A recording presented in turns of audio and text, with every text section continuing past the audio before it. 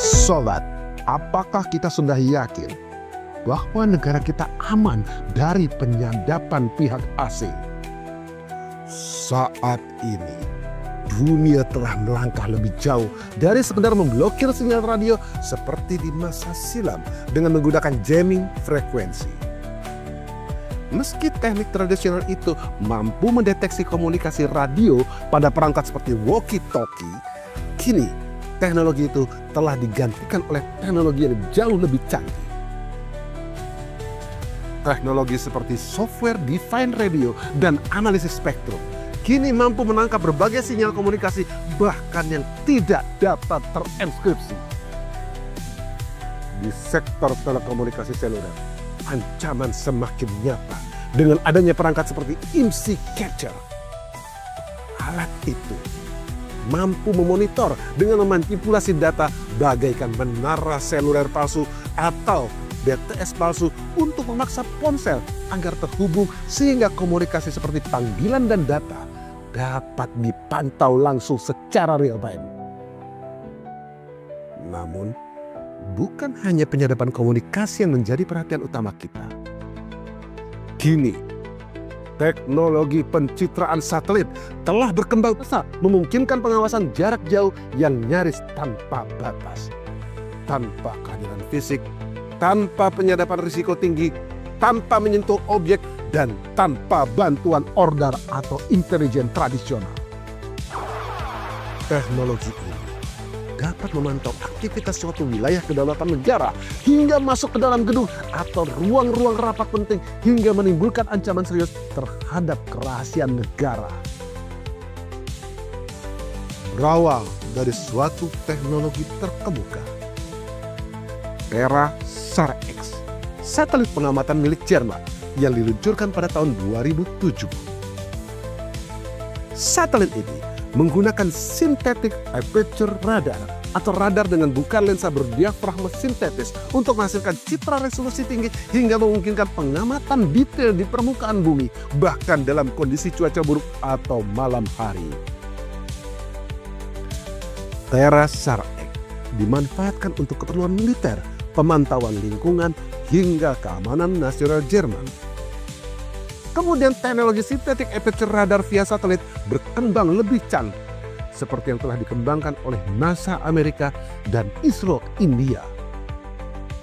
Mereka menggunakan radar frekuensi rendah seperti L-band dan T-band. Radar itu mampu menembus bahan-bahan tipis seperti daun, tenda, bahkan dinding gerindel. Meskipun pada saat itu belum sepenuhnya dapat menembus dinding beton tabal, namun teknologi itu kini telah menjadi langkah maju dalam pengawasan jarak jauh.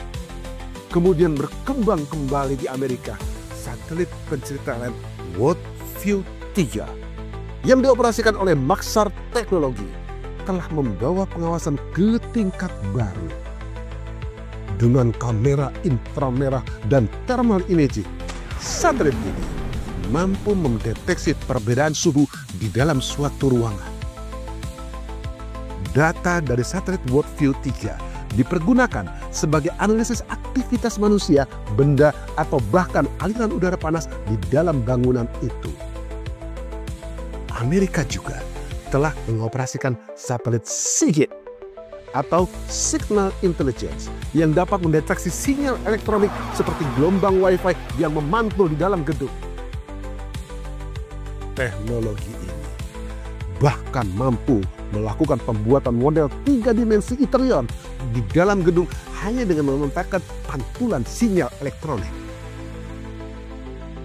Lebih mengkhawatirkan lagi, Maxar Teknologi Amerika telah mengembangkan satelit modern yang dilengkapi dengan AI dan machine learning untuk menganalisis pola aktivitas manusia seperti perubahan pola termal atau pantulan sinyal yang dapat digunakan untuk memprediksi perubahan aktivitas manusia di dalam gedung. Sayangnya, regulasi internasional tentang penggunaan ruang angkasa masih berada di area abu-abu. PBB melalui perjanjian seperti Outer Space Treaty mengizinkan satelit untuk beroperasi di atas wilayah negara lain selama tetap berada di luar angkasa dan mematuhi hukum internasional.